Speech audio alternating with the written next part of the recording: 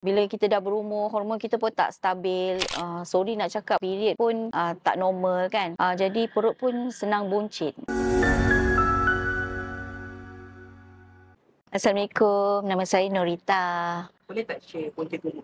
Punca gemuk dulu sebab saya meniaga makanan kan. Bila saya meniaga makanan, lepas tu hobi kita memasak kan. Masa yang sama kita pun makan. Makan sekali kan. Lepas tu bila dah meniaga, pagi-pagi dah bangun, jadi kita penat, letih. Jadi kita nak buat aktiviti senaman ke apa, memang tak larat lah. Jadi saya pun terus tidur. Bila kita dah berumur, hormon kita pun tak stabil. Sorry nak cakap, period pun tak normal kan. Jadi perut pun senang buncit.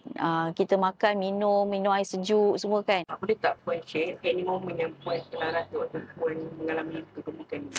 Momen tu ialah bila kawan-kawan masa kita sekolah dulu tegur kita, kau kenapa badan dah naik sekarang kan, tak pernah badan naik macam ni. Lepas tu kita cepat penat kan. Suami pun ada tegur juga, badan dah berisi kan, walaupun dia tak cakap kataan gemuk lah, kita faham lah. Lepas tu kita macam sikit-sikit mengantuk kesan dia kan. Jadi tu semua buat kita sendiri rasa tak selesa. Keadaan kawan-kawan tegur, suami kan. Lepas tu aktiviti kita pun jadi slow. Bila memasak pun mood jadi swing. Lepas tu kaki pun macam membengkak kan. Lepas tu cepat lengur. Lutut-lutut semua memang memberi kesan lah pada kita untuk nak berdiri lama kalau kita ni badan berisi. Pernah tak untuk cuba ke?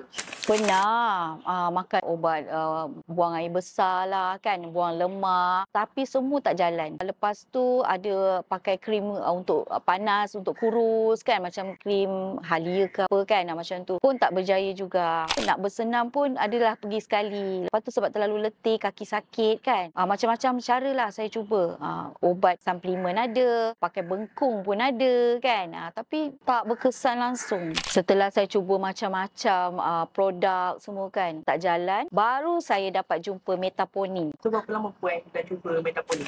Saya dah cuba baru 2 bulan, nampak kesan dia lah. Macam saya punya lengan yang besar ni semakin mengecil, perut saya pun sama. Lepas makan Metaponin ni, saya pun rasa cergas, badan tak rasa letih macam dulu. Lepas tu berat badan pun semakin menurun dan saya rasa semakin cergas lah. Hanya dengan makan Metaponin, rasa sihat, aktif balik, tak malas macam dulu. Ada orang tegur lah, semakin susut badan, makan apa, makan suplemen apa. So saya suggest Metaponin lah. Tengah produk tu kadang-kadang saya makan pening-pening kepala ke migraine kan, tapi Metaponin tak ada efek-efek macam tu. Kenapa puan nak try Metaponin? Metaponin ni lain. Ada kajian buktikan Metaponin lebih berkesan dari bahan terlarang S sebanyak 150% tanpa sebarang kesan sampingan. Perempuan yang ada masalah hormon macam period tak normal kan, Metaponin ni 230% lebih kuat kawal hormon. So sepanjang proses kurus dengan Metaponin tak perlu risau pasal isu hormon.